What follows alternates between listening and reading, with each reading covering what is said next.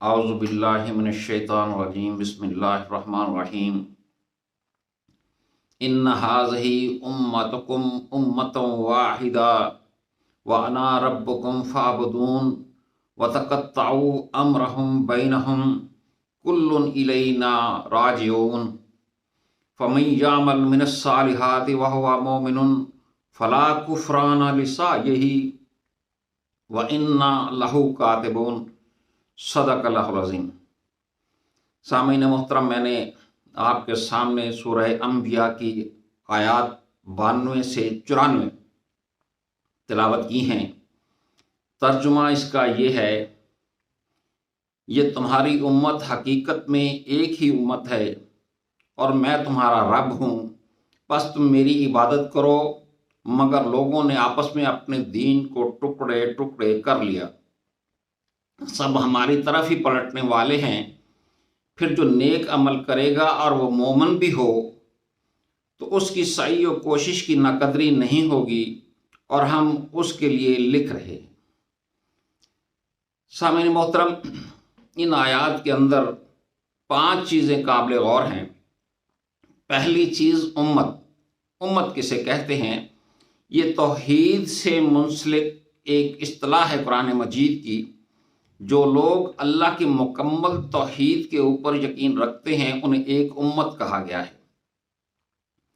اور دوسرے اصطلاح جو ہے وہ رب کی ہے۔ رب اپنے پورے معنی کے اندر اللہ نے اس کی طرف اپنی توجہ دلائی ہے کہ میں تمہارا رب ہوں۔ اس رب کے اندر قاضی الحاجات، کفالت، معاشرتی، تمدنی اور سیاسی معاملات میں اللہ کو اقتدار اعلیٰ کا مالک سمجھنا، یہ رب کی مکمل ربوبیت ہے۔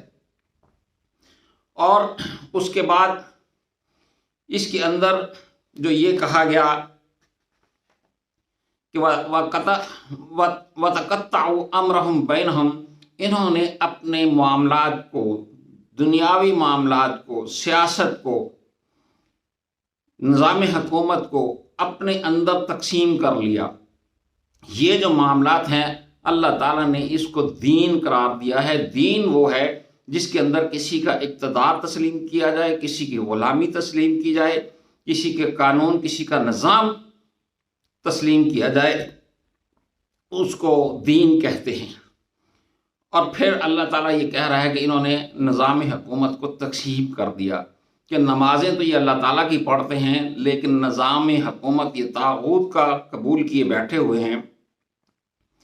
اور اللہ تعالیٰ نے اس ساری چیز کو، سارے معاملات کو، حاجات کے معاملات کو، کفالت کے معاملات کو، تمدنی، معاشرتی اور سیاسی معاملات کو اکٹھا اللہ کے سپرد کر دینے کو عمل صالح کہا ہے، اور اس کے لیے جدوجہد کرنے والے انہیں مومن کہا ہے۔